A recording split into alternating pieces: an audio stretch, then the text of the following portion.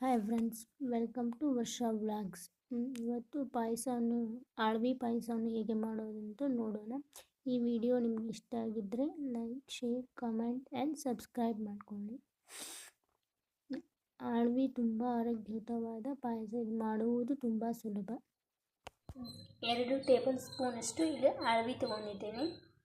ಆಳ್ವಿಯನ್ನು ಒಂದು ಸ್ವಲ್ಪ ನೀರು ಹಾಕಿ 1-2 ಸಲ ಚೆನ್ನಾಗಿ ತೊಳೆದು ಓವರ್ ನೈಟ್ ನೆನೆಯಿಡಬೇಕು. ಇದು ಓವರ್ ನೈಟ್ ನೆನೆದ ನಂತರ ಈ ರೀತಿ ಓವರ್ ನೈಟಿಗೆ ನೆನೆಸಿದ ಆಳ್ವಿದೆ. ಈ ರೀತಿ ಜಲ್ಲೆ ಆಗಿ ಕಾಣುತ್ತೆ. ಇದು ಓವರ್ ನೈಟ್ ನೆನೆಸಿದ ಆಳ್ವಿ.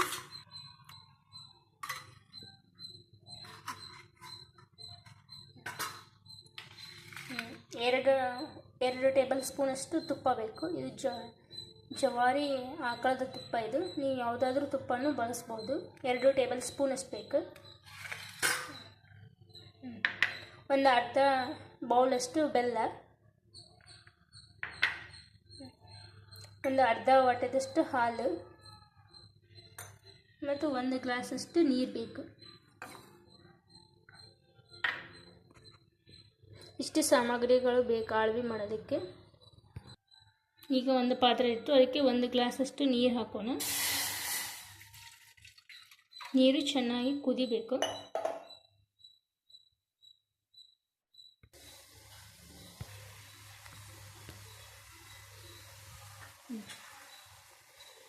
ನೀರು ಕುದೀತಾ ಇರಬೇಕಾದ್ರೆ ಆಳ್ವಿ ಹಾಕಬೇಕು.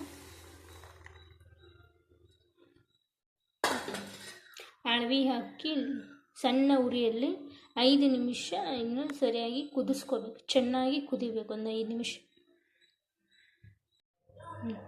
ಒಂದು 5 ನಿಮಿಷ ಕುದ್ದ ನಂತರ ಇದು ಬೆಲ್ಲ ಹಾಕಬೇಕು.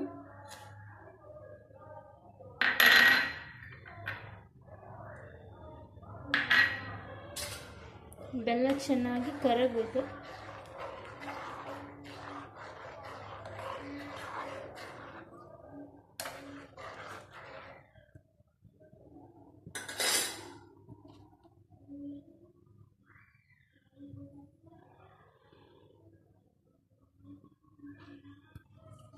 ಚೆನ್ನಾಗಿ ಬೆಲ್ಲ ಕರಗಿದ ನಂತರ ಹಾಲು ಹಾಕಬೇಕು.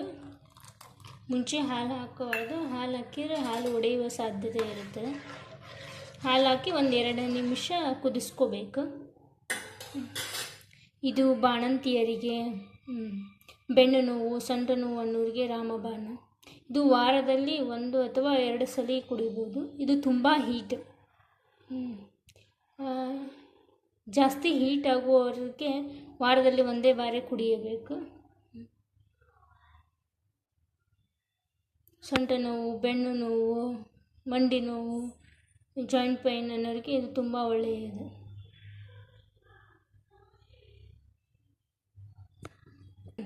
ಚೆನ್ನಾಗಿ ಕುದ್ದ ನಂತರ ಇದಕ್ಕೆ ತುಪ್ಪವನ್ನು ಹಾಕಬೇಕು.